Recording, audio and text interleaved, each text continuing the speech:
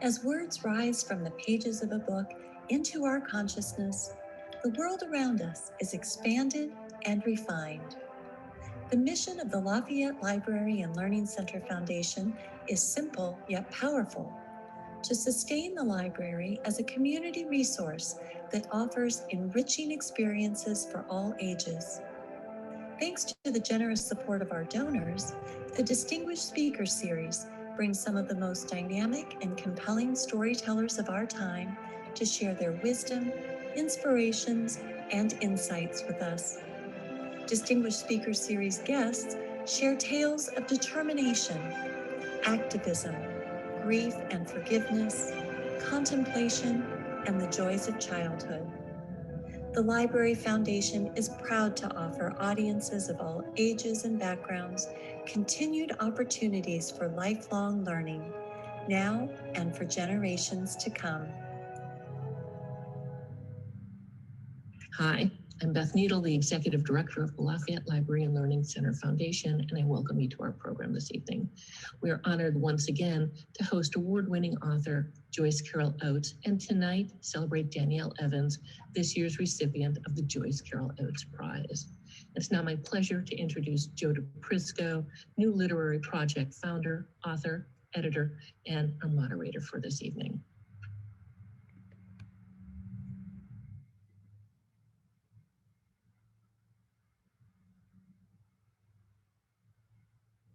Hello, everybody. Welcome. It's great to be here. Thank you so much, Beth. It's been a sweet journey as we founded the Literary Project starting 6 years ago. Once upon a time, we were proud to be the Simpson Literary Project. Now we are the New Literary Project. We invest in teachers, students, authors, and we inspire and equip writers across generations to write their hearts out. We teach, we publish, we support. Please take a look at our brand new website. Welcome here, Cinco de Mayo, to meet Joyce Carol Oates and Danielle Evans. The Zoom universe can take its toll, so thank you so much for being here. It won't be long before somebody like me is telling you to turn your cell phones off and where the bathrooms are. That'll happen soon enough. As for housekeeping, our marvelous executive director, Diane Del Signore, will be managing the Q&A, which we encourage you to use. And Ashley Patterson-Scott, our wonderful digital director, is managing the chat. And use Gallery View for the best video. Okay, I think that's all the housekeeping. So let me begin. Danielle Evans is the much celebrated and belaureled short story writer who meteorically burst on the scene over a decade ago. She's a professor at Johns Hopkins. And to bring us to now, she is the 2021 recipient of the Joyce Carol Oates Prize, $50,000 awarded by the New Literary Project for a distinguished mid-career author. That is someone who is emerged and still emerging. She will be with us periodically throughout the year and be in brief residency at Cal in the spring, working closely with our colleagues at the Berkeley English Department. Her most recent book is The Office of Historical Corrections, published by Riverhead, edited by Sarah McGrath. Ladies and gentlemen, we're honored to be with Danielle Evans tonight. And there you are, Danielle. Okay, Joyce Carol Oates is Joyce Carol Oates. She is the world famous author of many, many, many important books of fiction, nonfiction, poetry, and memoir. Beloved by generations of readers, writers, and students the world over, the recipient of all the major literary awards. Her recent books include American Melancholy, her latest book of poems, Night, Sleep, Death, and the Stars, a monumental family saga of staggering impact, and The Other You, her latest book of short stories published by Echo, edited by Dan Halpern. To bring us to this moment, she is the inspiration and a dear friend of the New Literary Project. Ladies and gentlemen, we're honored to be here with Joyce Carol Oates. Joyce, there you are. So, where am I? Sarah? I can't see. I don't know. Joyce is in 2 windows here. Not that we mind that, Joyce. Great to see you in two windows. Um, okay. Let's try this. Speaker view. Nope. Start my video. Oh, there you go. Oh, I don't know what happened. Sorry, apologies. All right. Uh, so I hope we can get to talk about a lot of stuff uh, today. Why is my video going off? There it is. Uh, I want to talk about your books, your most recent books. I want to talk about the art of the short story and the public issues that animate your imagination, I hope. And I also hope this will be a three-way conversation where you'll be able to engage each other on questions that interest you.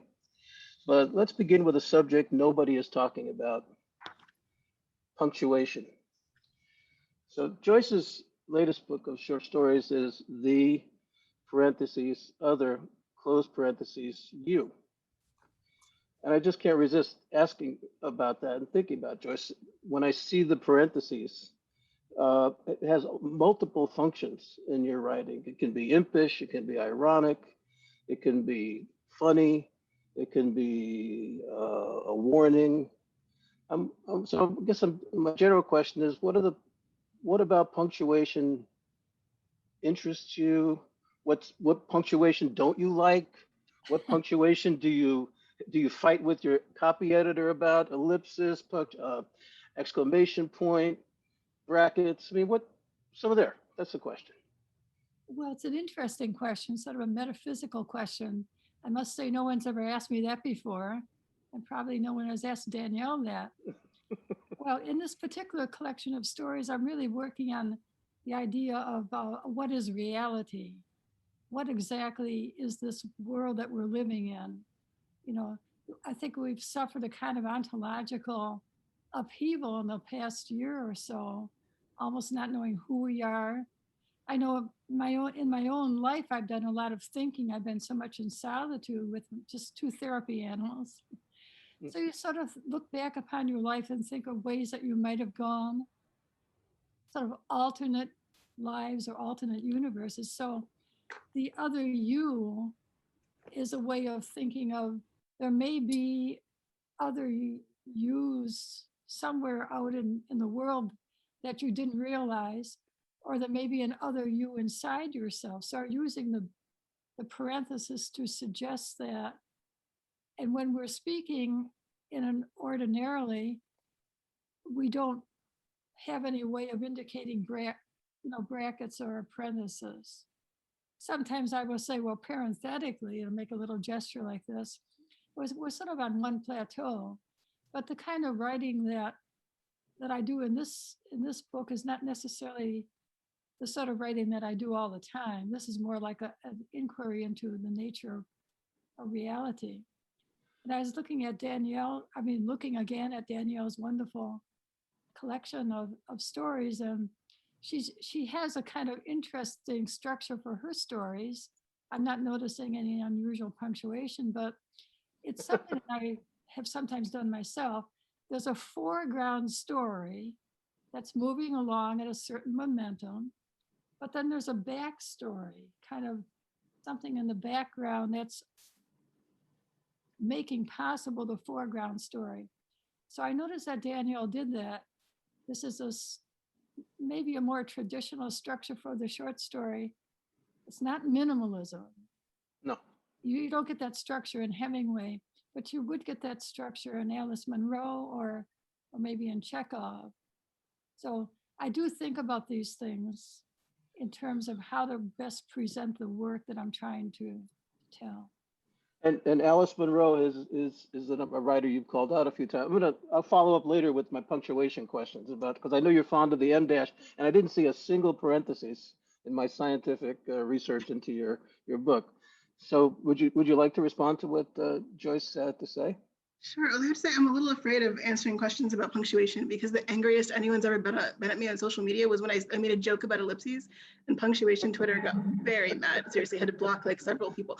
But I don't think I tend to use parentheses, but I do like a good interruption. And I think I do like an M dash.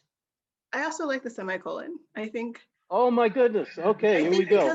I think maybe because it relates to something about what Joyce is saying, which is that I do like stories that sort of push together things that don't seem like they're the same story until they are. And I think that punctuation that allows for interruption, or punctuation that allows for kind of pushing together two ideas, maybe echoes that in some way. But I'm interested in structure in which sort of a story introduces itself to you as one thing and turns out to be something else. Danielle, have you experimented with writing very minimalist work? You know, I've tried. I was so proud of myself in this book because I finally got 2 stories that were below 10 pages. And then as I was turning the manuscript into a collection, I cut one of them because it just didn't belong and I wasn't interested in making it longer.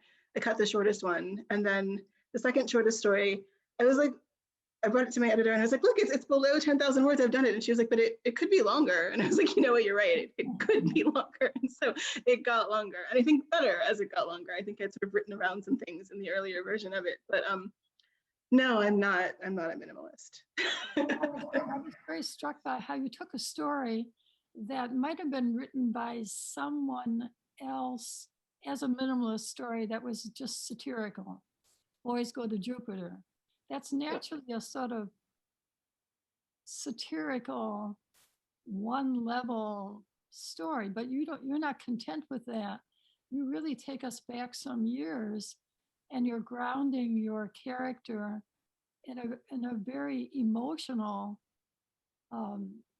reality that makes it impossible for us to dismiss her, you know, as we might if we knew about this girl.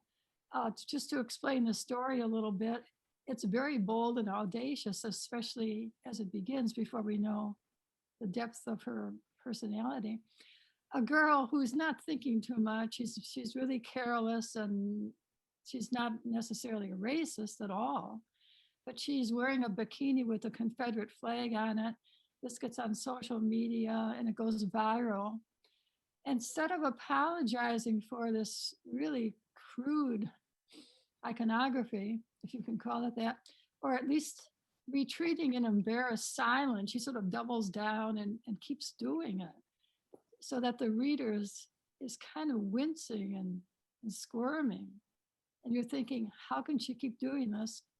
But then we learn that there's a backstory to her life, and that she was once, she had her best friend was a Black girl named, I think it was Angela, that they loved each other and they had not exactly a falling out, but they went in different directions. So that's what I mean by it being kind of audacious and in a way really unexpected depth to the work. That's not minimalist. Thank you. Yeah, I mean, I think one of the things that I was interested in this collection, and I think that story is a clear example of it, is when a character doesn't know what story they're in. So I think more so than in my first book, I think in my first book, I was really interested in the first person, where at least the person in the story, the protagonist of the story, thinks they know what the story is. Whereas in this book, I was trying to write characters who didn't necessarily see their own story or see themselves very clearly, which is sometimes trickier because you have to run what feels like the story to the character on the surface, and then this other story that lets you kind of see around the point of view. And that's a kind of requires a kind of excavation. So I think both because of grief and because of privilege, this is a person who can't really see herself clearly. And so the whole story, even though it does move through time, is in the present tense because it felt like the best way to capture a person who both can't move forward and can't hold herself accountable. And so there's this kind of freezing that happens, but also allows hopefully everything to come into the story in waves. And I think that discomfort was really important because I felt like if it had been too easy to dismiss her, there'd be nothing to wrestle with. I think that part of the question of the whole book really is about empathy. And I don't mean that in a flat way. I mean, I think sometimes we think of empathy as an all-purpose salvation or curative, but empathy costs things, right? And empathy can replicate power dynamics the same way anything else can. And so part of what I'm wrestling with here is, how do we live in a world where we both understand that people are better than the worst thing they've done, and also understand that it costs something to create space for people who've done harm to keep doing it. And so, it's not a question I have an answer for, which is why I have a bunch of stories trying to work through it. What's the very antithesis of, say, social media or sound bites where everything is reduced to just one little, tone or statement?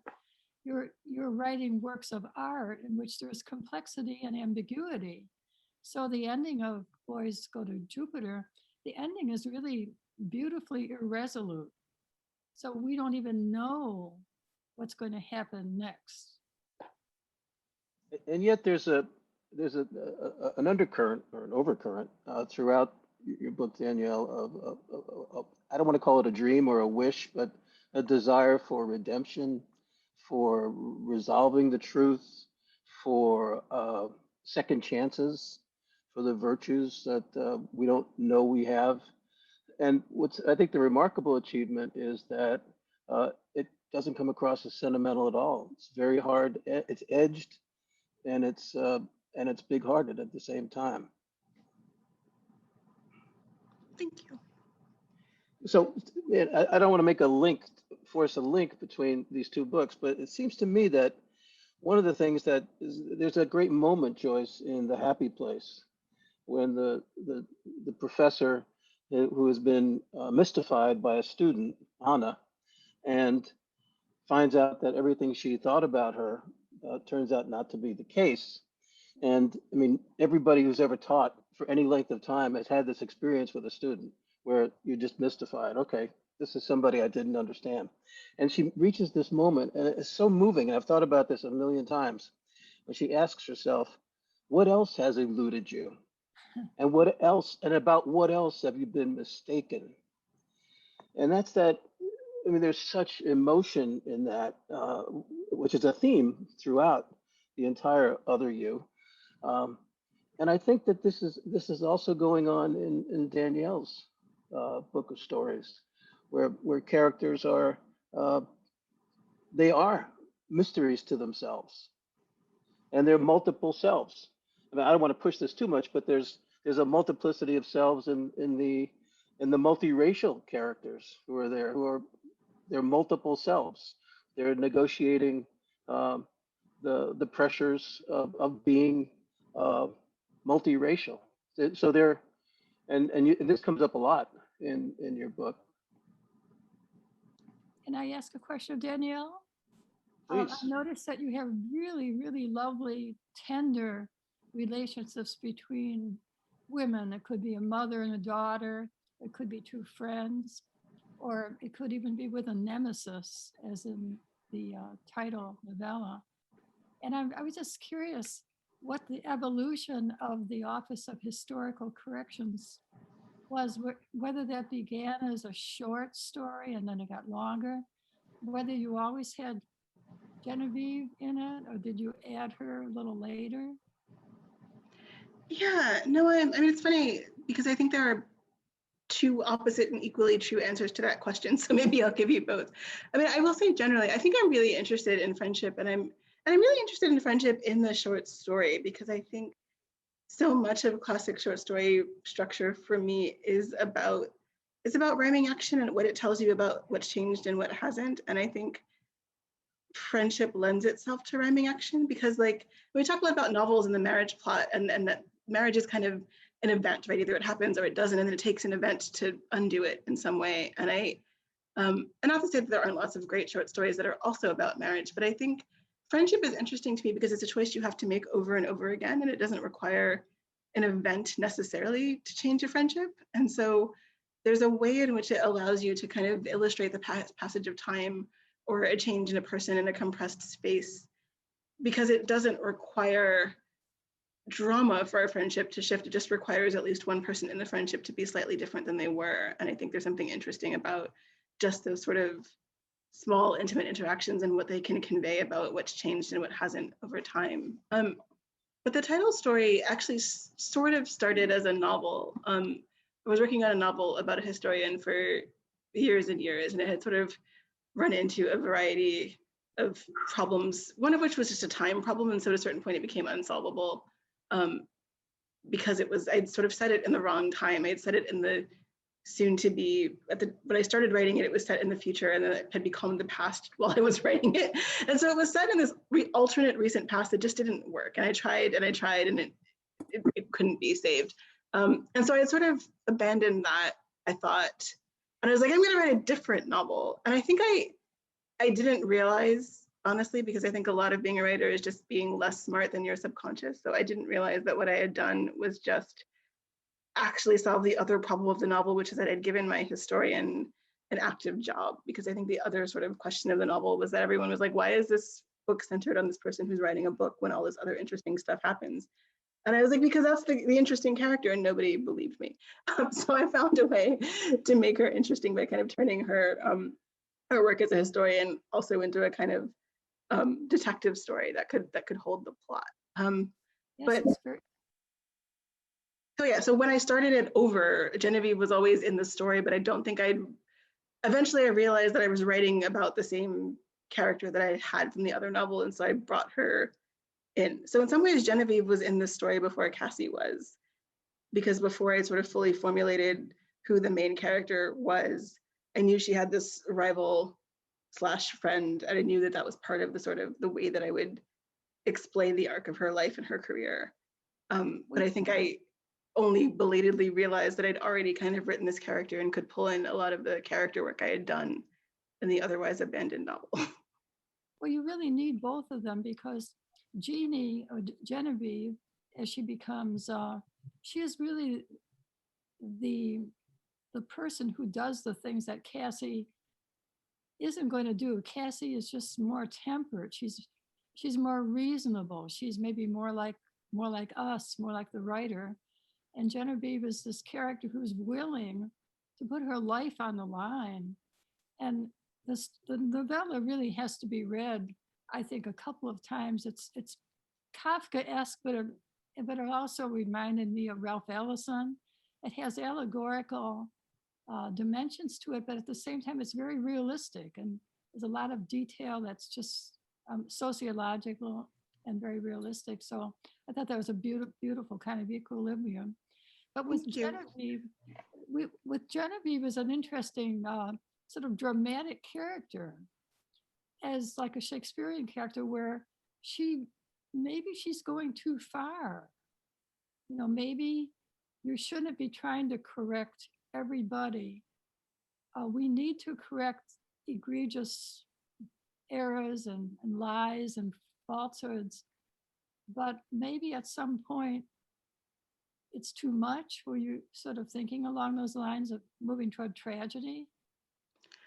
Yeah, I mean, I think I was interested in the fact that they have these completely different strategies, and in some ways both of those strategies are doomed. I think that there isn't a way to be a person in an institution when you don't have the power to actually be the institution. I think is part of, and I think that that's a sort of larger question, right? Is that how do you balance wanting to be a person who does the right thing or makes changes in a structure that doesn't want to change, or in a structure where you don't have the power to do the good that you want to do. And so I think having these characters represent kind of different versions of trying to navigate that, like a person who is more acquiescent and kind of tries to work inside the system, and somebody who is more kind of combative and willing to kind of burn things down.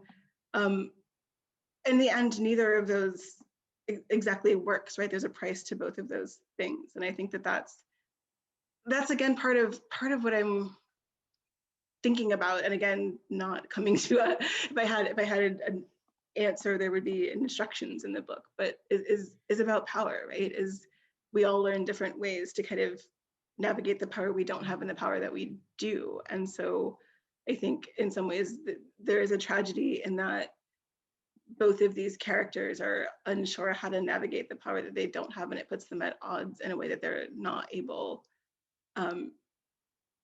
to save each other.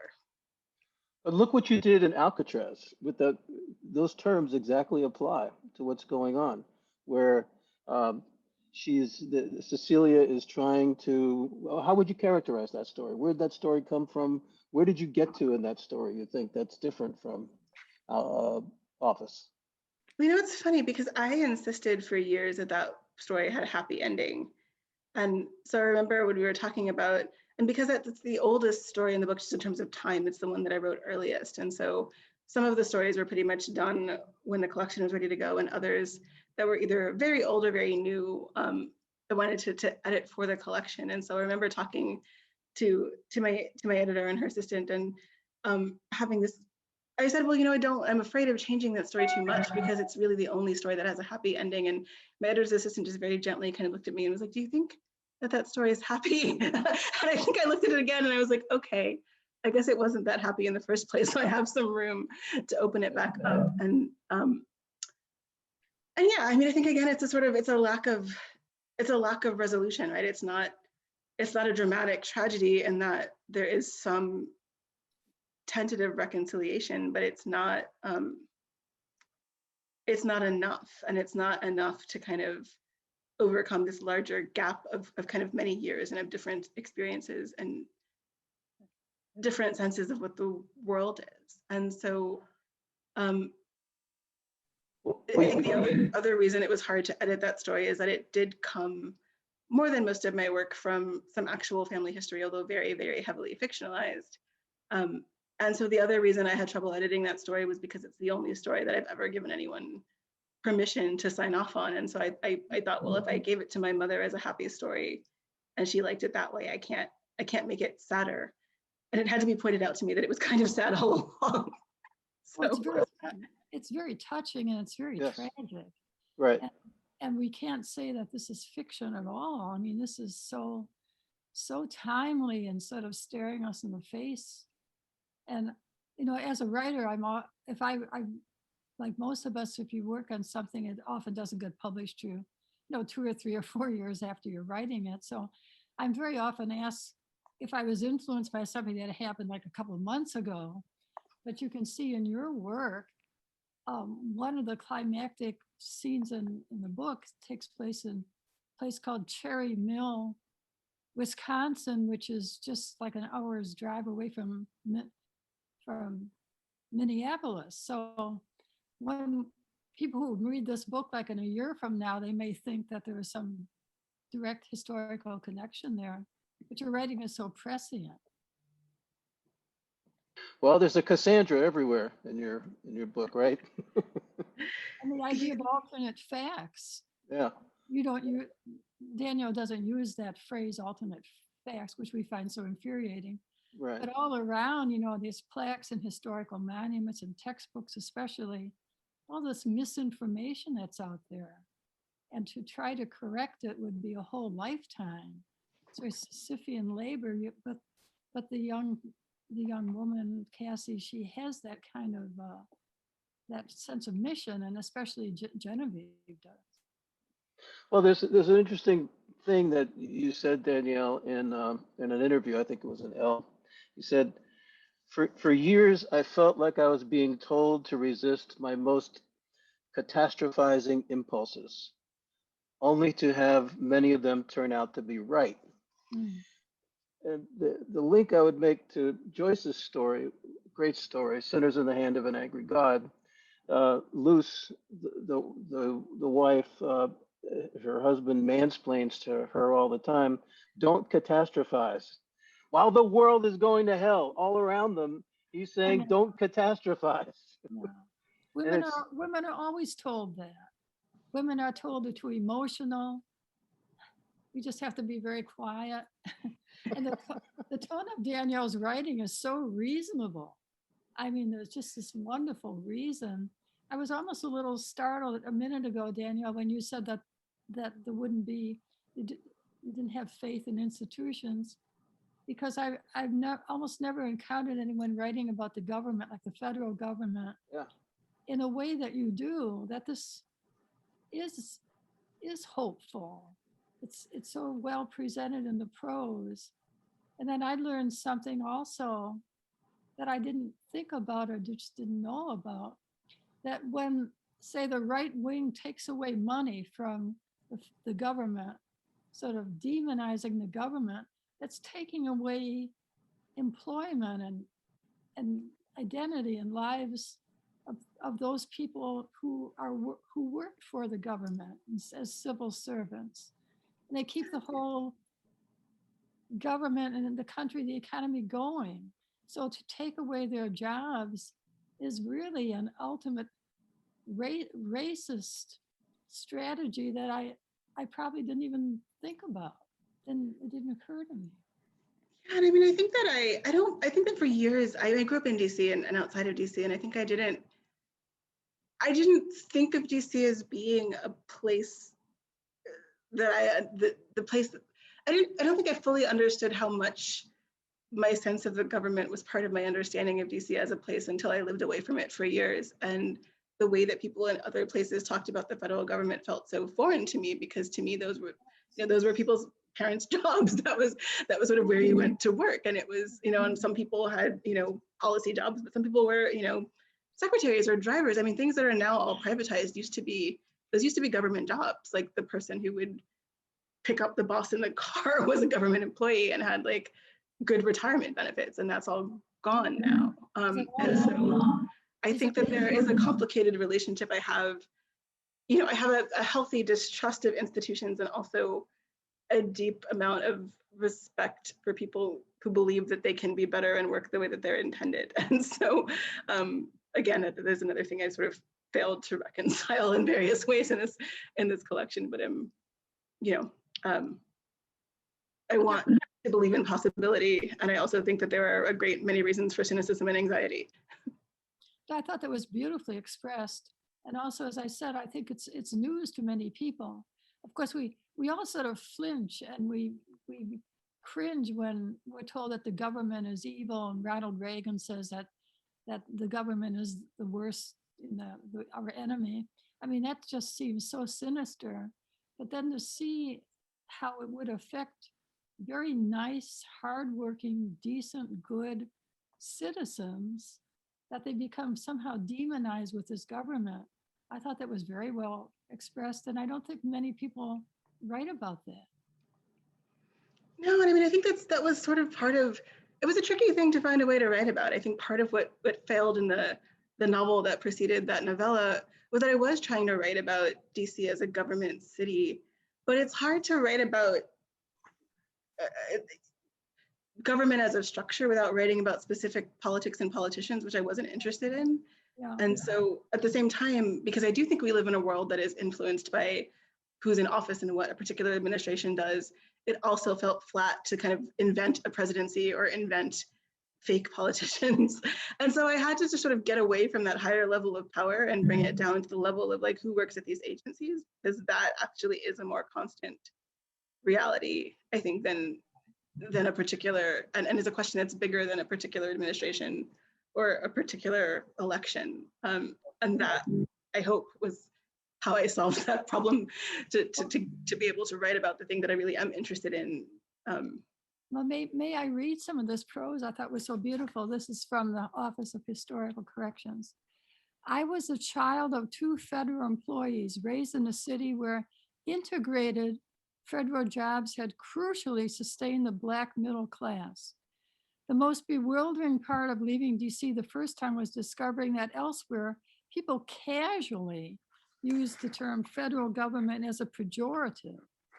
I needed no convincing of the fatal possibilities of government overreach, the way fatalities told the story of who the nation considered expendable. But even after the low points of the previous decade, I believed in government, or at least believed in it more than the alternative, that my country might always expect me to audition for my life.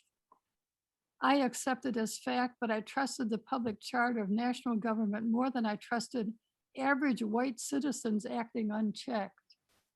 No, I thought that was beautiful. And this is such a tragic line, that I was expected to audition for my life. Really remarkable. Thank you. So what's the fine line, would you say, between catastrophizing and sounding the alarm? I mean, What is, because I think both of your books of short stories register a great deal of urgency about the vanishment, the evanescence of life, and the risks of everyday life. And what's fascinating is you both of you do these um, uh, these utterly domestic scenes that are completely supercharged with political and moral issues. So it's never just a domestic uh, incident. One of the things I really loved about and loved and was impressed in a terrifying way about Joyce's most recent book was that I think I haven't even figured out how to write about the climate yet because it scares me so much that when I think about it too hard, I just stop believing in the future and I can't get to the place where the work is. And I really admired how many of your stories had this sort of looming climate crisis that we were going to sort of learn to live through even as it killed us. And I thought it was beautifully done because it felt realistic, even though it required some imagining and kind of done in this way that that didn't take away from the emotional or human dynamics of the stories. And I haven't figured out how to do that. Just a reminder that Diane will be taking your questions in the Q&A. You see the box at the bottom. Please jump in with your good questions. Yeah, ominousness. You're good at that, Joyce. Did anybody ever tell you that? I mean, there's a wonderful sort of, there's a cloud, both a literal cloud and a metaphysical cloud that just drifts across all these stories. They're so marvelous. I love the fact that you even take the little joke that the stories take place in Yewville, Y-E-W, Ville. I thought that was charming. And then you have a writer who might have been, and a writer who was, and gets confronted by the mean girls when she comes back into town.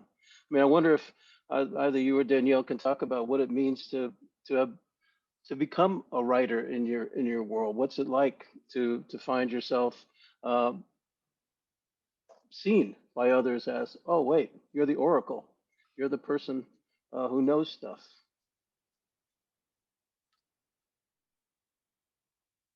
Danielle's stories often do go very fluently back and forth between times, so that her Cassie and Jeannie have this relationship, and Genevieve is like a later manifestation, but she can sort of remember when they were just girls together and they were quite different. So there's this feeling that there's always some depth and background to Danielle's writing. If we see somebody, we're still walking in the street, we just see the person in present time. But one of the wonderful things about narrative fiction, and particularly the sort of Chekhovian work that Danielle is doing, is that you see the person in present time, but you also see the person in the context. So that's very consciously done. Danielle, did you want to say something about that? You look like you were going to. Yeah, I'm sorry, I was thinking, thank you.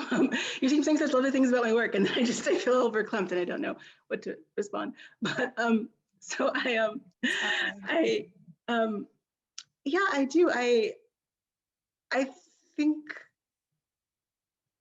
it's interesting because I think that there's a kind of story that's about choices, and I've written that kind of story, and then maybe some of the in the recent book are still that kind of story, right, where the action of the story is about the choice that you did make. And then I think there's a kind of story that's about waking up one morning and realize you made a choice you didn't intend to, and that I think is more the psychological space of this collection. And so it does require some sense of both who you are and who you thought you might be or who you were in a previous space. And so I should just write this line somewhere like right next to my computer, because I'm always trying to quote it and I always mess it up. But there's a beautiful Alice Munro line that says something like, they were all in their early 30s, the age at which you start to realize that what you are living is in fact your life, right? And so she writes it, it's a better sentence than I just quoted. There's another word in there somewhere that I missed. Danielle, do you want to talk a little bit about influences in your writing, people whose writing you really love? Sure. I think in terms of the short story, I do love Alice Munro. I think that in some ways, because I don't think we're, even though there's all kinds of short fiction, I don't think we're in a particularly minimalist era. And I think that we are in some ways all living in Alice Munro's era of the story right now, just in terms of what I see even my students doing. Also Edward P. Jones, who I think is a genius with time, who also can just sort of move through time or just give you this much, like half a sentence of the future or half a sentence of backstory that somehow unsettles everything else in the story. And I don't even entirely know how he does it.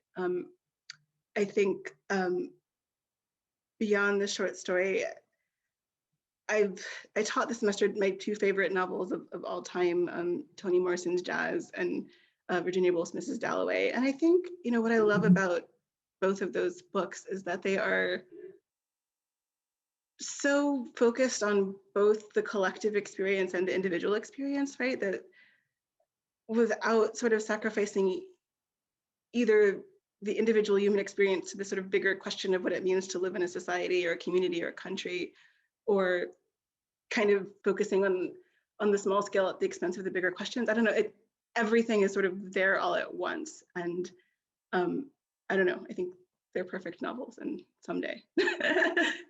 Well, also there are very perfect works of style, very individual, idiosyncratic style, vision. Nobody else could have written those novels. Diane, you want to jump in with any questions that might have surfaced? I do. Okay, I have a question here. I have several. So, have either of you ever considered writing a short story as a poem? Yeah, what is the difference between a poem and a short story? Well, I certainly have written poems that are narratives. There's such a thing as narrative poetry. There's lyric poetry and there are dramatic monologues, and then there's narrative poetry. I don't know about Danielle, but it's not that. I haven't written a poem of any kind in many, many years, and I think the world of poetry is better for it. I think I realized that I was not a poet because I'd write a poem and I'd feel better. I'd feel like, oh, I'm done with that thought. And I would write fiction and I'd feel unsettled and never want to let it go. And that seemed like a good sign that that was actually the thing that I cared about. But I do think there's a somewhere in the Venn diagram, there's a territory where short stories and poems overlap, where there are things where I don't know if I'd call it a prose poem or a piece of flash fiction. I just, not being a minimalist enough writer to do that, tend not to find myself in that part of the Venn diagram. We have a question about, what does it mean? This is probably to Joe, possibly. What does it mean to be a writer who has already emerged and is still emerging? That's how we talk about the Joyce Carol Oates Prize. So Joe, do you want to give our elevator pitch on that? Well, quickly, it just means an author who has written several books, mid-career author. There are all kinds of emerging artists prizes. It's very loosely defined, but for us, we have some ideas about what would constitute a mid-career author. And Danielle and Layla and Toni and Daniel and Geronimo fit the bill perfectly as far as we're concerned. So it's probably a little too cheeky to put it that way. I won't say it again. Okay, so back to Danielle and Joyce. I'd like to hear from both of you on this one. When you begin a story, does it begin with character, idea, voice, incident? Basically, is there an inciting kind of impulse? Oof, that's a big essay question, sounds like. You mean incident versus idea? Is that what the question's at? Well, I think what the question is saying is when the writer starts a story, is it they have a character in mind, an idea, a particular incident that the person wants to blow up? I'm interpreting from what I'm seeing here. Yes, I usually the answer start is with a yes. question. I think I usually start with with a sense that I somehow two things that are not connected feel connected to me, and I have to figure out how they're connected.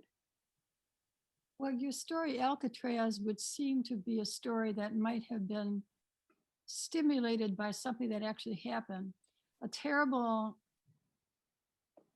act of injustice, terrible, ruining a young man's life, a young Black man's life, basically. And then later on, he's released from Alcatraz, but his life has gone by. And how do you present that? You know, that, in other words, it may be something that actually happened, but that's not the story. The story will be how is it experienced by people in his family, especially. So Yeah, there are two ruptures in that story. The grandfather in that story is actually white, but then his granddaughter, who he raises, is Black. And so the first rupture is this unjust imprisonment that happens to him when he's a very young man. And the second rupture is this rupture in the family that's caused by him having a Black grandchild in the 50s, when like people shunned the family for that. And so and then all of that is in the past of the story. So there's the actual present timeline is happening much later. And that haunting, I think, was part of the story for me. Not to say that in any directly causal way these things are related, but all of these things are kind of part of this family's history that has to be reckoned with. And so part of the challenge for the character at the center of the story, who's much younger, who's sort of born after all of this happens, is kind of what needs to be reckoned with and confronted, and what needs to be let go of, like what it's not her job to solve or fix or hold on to. And so the present action of the story is caused by her trying to kind of fix something and creating this dramatic event that causes them to sort of look at all this other stuff. but it's really a daughter dealing with a mother. Yeah. It's a daughter dealing with a mother in a very realistic way. That's sort of at the forefront. And she's 24, which I think is important distinction here. What else you got, Diane? Well, I have a whimsical question here. Danielle and Joyce, you both love your cats. How do they figure into your creative life? Sure. The cat has heard that she was going to be on screen, so here's Betty. She's come. Would you like to answer the question? She would not. You know, I've never written a story with a cat in it. I think. Oh my gosh. I don't know. I don't know why. I have, and you should do it too. Just go out. I mean, I made cats almost like the very center of a novel. That's pretty daring. I will try someday. All right. There was a scene, I wrote a scene with cats once in a short story, but it got cut. It was a woman trying to take this cat on a plane, but then I felt like there was a more efficient way to explain all the things I was trying to explain about this woman's life, that the cat in the airport scene wasn't necessary. All right. Okay. A couple of Yeah. quick. Let me just scan here through the Q&A if there's anything. Oh, I think there's another one. Oh, it says here, what was the title of the Toni Morrison book Danielle loves? Jazz, although, I mean, there's more than one, but my favorite is Jazz. Okay. You must like the Bluest Eye very much.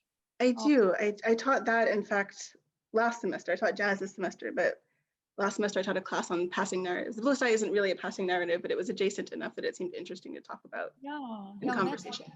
That's a very special novel. And of course, Toni wrote it when she was maybe over 40 years old. And Toni was my friend and colleague at Princeton for quite a while. And I remember Toni saying that when she wrote the novel, there was a certain scene in it or some element in it that she wasn't quite ready to write at that time. So later on, maybe 20 years later or so, she rewrote part of the novel, which I thought was so interesting. Yeah, no, I think her introduction to that book is so interesting and fraught because she wrote it much later, and you know, it was an early book, and then so she wrote the introduction to The Bluest Eye herself from a distance, and there's something really interesting about her own assessment. Even though I think she's a little hard on herself, I think it's a it's a brilliant achievement, and I think she's sort of looking at it with that sort of question of what she would have done differently. But it's a really beautiful introduction, and I think an interesting way of thinking about the fact that work is always in flux. A writer's relationship to their own project is always in flux. Well, Toni was a very unusual person. She had a kind of scalpel mind. She was not predictable. Toni might just say something that would be startling, but it would be very incisive. And when I knew her, she was also one of the funniest people I've ever met. Funny just like at dinner, just telling stories, and enormously funny. And not all of that, not too much of that gets in the novels, actually. This kind of jovial, whimsical, sometimes a little bit naughty or mischievous sense of humor that she had, very playful. And I think maybe jazz might, part of why I love it is that I do think you see some of that sort of, even though of course it's like a deeply tragic book, Yeah. you see some of that sort of tongue-in-cheek humor in it. I have a question that somebody just popped it into the Q&A here. I think it's probably of interest to everybody in the audience. How do you balance, both of you, teaching and writing? Because I know that's really difficult. So thoughts or I don't have anything or especially answer. original to say about that, but I'd love to tell a Toni Morrison story that maybe Danielle could appreciate. Well, this took place at Princeton. Toni gave a wonderful reading, and there were 500 people in the audience, and then there was questions and answers, and that, of course, could be fraught with some peril. So one person puts his hand up, and it was a man. And he said, do you foresee a time when you might write about something other than race? And it was like, is this the stupidest question we've ever heard in our lives? Toni, the look on Toni's face was just beautifully modulated. It sort of allowed everyone to know what she was thinking. And then she gave a very gracious answer. And I thought, that's really class, She just waited, and she just allowed everybody to have our own thoughts, but then she gave an answer that sort of went over the head, I think, of the person who asked the question. I do wonder what the sort of people who come to events not to ask questions but to give speeches are doing with themselves these days, I feel like it must be a very hard time for them. There used to always be that person in the audience who was clearly there waiting for the opportunity to deliver a thing that had nothing to do with what had been said, and where are they these days? But also to suggest, or sometimes the women, to suggest to women that they should write about something else other than, women's issues or children or whatever, to try to take from you something that's so important in your experience, that's like your whole heart's been put into it, as Toni into her writing, and to dare to suggest that there'll be something else that she should be doing, that would be like not race related. I mean, it was just such an expression of such hubris and blindness. Well, I hope he's not here on the queue, but go on. So we should finish up pretty soon, Diane. Yeah, we have a few other questions, but I think we're out of time. So I want to thank our guests who could join us tonight to welcome Danielle to the project. And it's been so wonderful being part of this conversation with Jo, Danielle, and Joyce. And we're really appreciative to co-host this with the Lafayette Library and Learning Center. It's been a pleasure working with Beth and Sarah. And we thank James Bell and Bell Investments for their support for our program tonight. And we're going to hear another little piece by the Piedmont East Bay Children's Choir, led by Eric Twan. So please stay with us for a few more minutes to enjoy this last piece. And thank you again for joining us. I hope you have Thank you all so much. Thank you, Danielle. Thank you, Joyce. Listen to the music. It's pretty. It's pretty. Really pretty.